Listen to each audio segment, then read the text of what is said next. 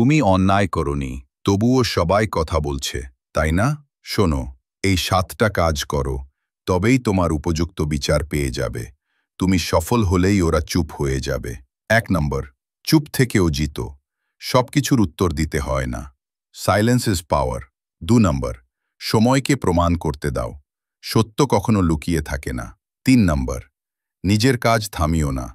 তুমি থেমে গেলে ওরা জিতে যাবে।